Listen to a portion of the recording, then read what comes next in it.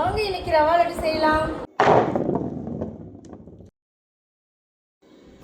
கை நிறைய முந்திரி எடுத்துக்கலாம். தேவையான அளவு பால் எடுத்துக்கலாம். இவை தேவையான பொருட்கள்.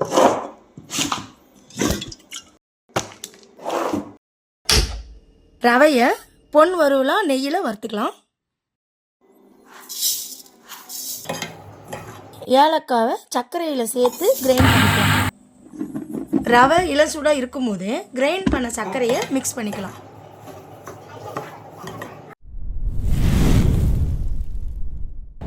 முந்திரியை நெய்யில் வறுத்துக்கலாம்.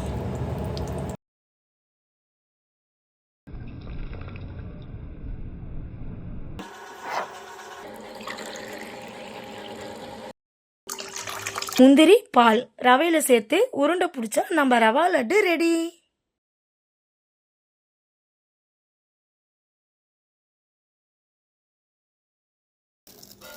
வீடியோ பிடிச்சிருந்தா லைக், சப்ஸ்கிரைப் அண்ட் ஷேர் பண்ணுங்க. ஆர்டர் பிளேஸ் பண்ண ஸ்க்ரீனில் தெரியுற நம்பருக்கு கான்டாக்ட் பண்ணுங்க.